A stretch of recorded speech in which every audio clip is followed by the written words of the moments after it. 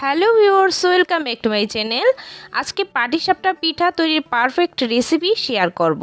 অনেকে দেখা যায় পাটিসাপটা পিঠা তৈরি করতে গেলে ভেঙে যায় কিংবা নষ্ট হয়ে যায়, পিঠাটা ঠিকমতো উঠতে চায় না, এরকম একটা পরিস্থিতি তৈরি হয়। তখন কিন্তু আসলেই মনটা ভেঙে যায়। তো আজকে পিঠা তৈরি করতে গেলে যে কি কি পরিমাপ সঠিক হওয়া চাই, সেই পরিমাপগুলোই আজকে A to Z টিপস সহ শেয়ার করব।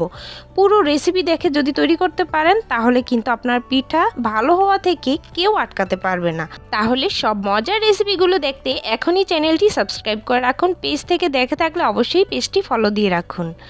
প্রথমে আমি পিঠাটা তৈরির জন্য এখানে দিয়ে দিচ্ছি চালের গুঁড়ো। এখানে আমি আতপ চালের গুঁড়োটা ব্যবহার করছি। তো আতপ চালের গুঁড়োটা আমি এখানে 2 কাপ একদম সম পরিমাণ করে তারপর দিয়ে দিলাম।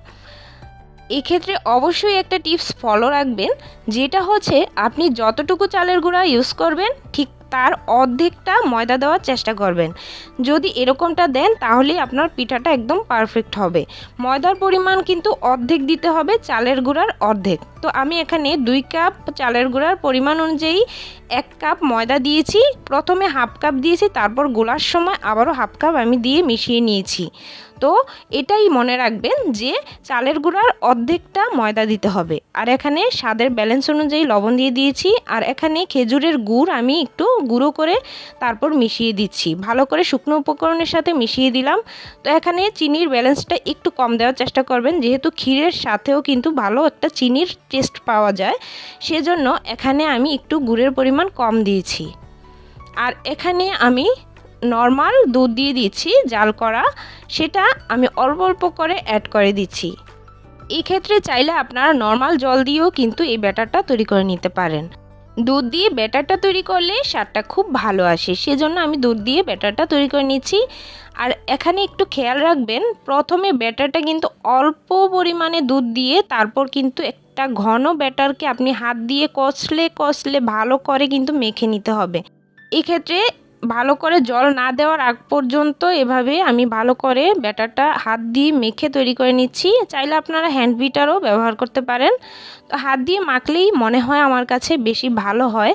তো দেখেই বুঝতে পারছেন একদম স্মুথ করে। এখন কিন্তু আমি পুরো দুধটা অ্যাড করিনি, এখানে আমি একটা মিডিয়াম ব্যাটারের মতো করে তারপর মেখে নিচ্ছি। এভাবে আমি 10 মিনিট ধরে মেখে নিয়েছি, একটা স্মুথ ব্যাটার তৈরি করে নিয়েছি। আর পরবর্তীতে আমি দুধ অ্যাড করে তারপর কিন্তু ব্যাটারটা আমি যতটুকু ঘনত্ব করতে চাই সে অনুযায়ী দুধ অ্যাড করে ঘনত্বটা তৈরি করে নিতে হবে। তো প্রথমেই কিন্তু পুরো দুধটা দিয়েই কিন্তু মিক্স করতে যাবেন না, সেক্ষেত্রে ব্যাটারটা একদমই ভালো হবে না। তো আমি 10 মিনিটের মতো এভাবে সময় দিয়ে ভালো করে স্মুথ ব্যাটার তৈরি করে নিলাম। আর দেখুন এবার আমি মিডিয়াম একটা ব্যাটার তৈরি করে নিব।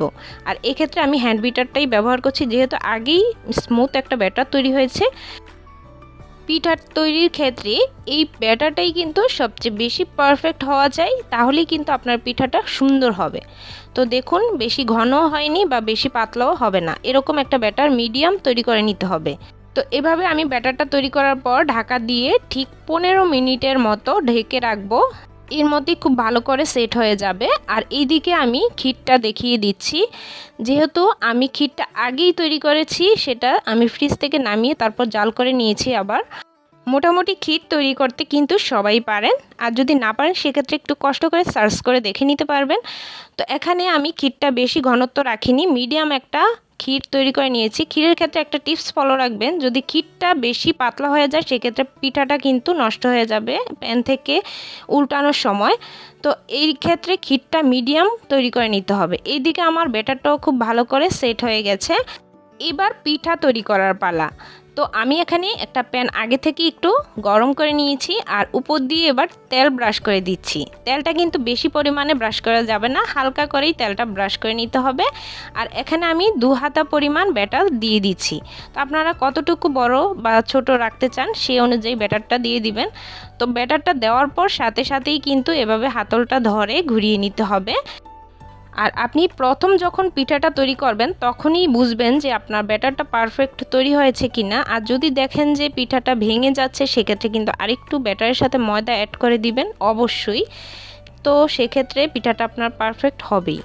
এবার উপর সাইডটা যখন একটু দেখবেন যে টেনে আসছে, তখন আপনি একটা সাইডে একটু ক্ষীর দিয়ে দিবেন। সেটা আপনাদের পরিমাণ অনুযায়ী ক্ষীরটা দিয়ে একটা সাইড থেকে আলতো করে ভাঁজ দিয়ে দিয়ে এভাবে তৈরি করে নেবেন। তো দেখেই বুঝতে পারছেন আমি কিভাবে তৈরি করছি পিঠাটা। তো এটা করা খুবই সহজ। যদি পিঠাটার গোলাটা পারফেক্ট হয়, আপনার সবগুলো পিঠা খুব সুন্দর হবে। আর ঠিক একইভাবে আমি সবগুলো পিঠা তৈরি করে নিব। ভিডিওতে কেন জানি না পিঠাটা বেশি সাদা দেখাচ্ছে, তো আমি আপনাদেরকে কাছ থেকে দেখিয়ে দিচ্ছি। দেখুন কতটা পারফেক্ট হয়েছে পিঠাটা। এবার সেম প্রসেসে আমি বাকি পিঠাগুলো তৈরি করে নিব। ঠিক একই টিপস ফলো রেখে আপনি এই পিঠা খুব সহজেই কিন্তু না পারলেও পেরে যাবেন, এরকম একটা রেসিপি আজকে শেয়ার করলাম। যদি ভালো লাগে অবশ্যই কিন্তু রেসিপিটা শেয়ার করে দিবেন ফ্যামিলি আর ফ্রেন্ডসদের সাথে। ভালো লাগলে চ্যানেলটি অবশ্যই সাবস্ক্রাইব করে বেল আইকনটি অন করে রাখবেন, তাহলে আমার প্রতিদিনের ভিডিওর রেসিপিগুলো নোটিফিকেশন সবার আগে আপনার কাছেই চলে যাবে। আজকের মতো এ পর্যন্তই। সবাই সুস্থ থাকবেন, ভালো থাকবেন। ধন্যবাদ সবাইকে।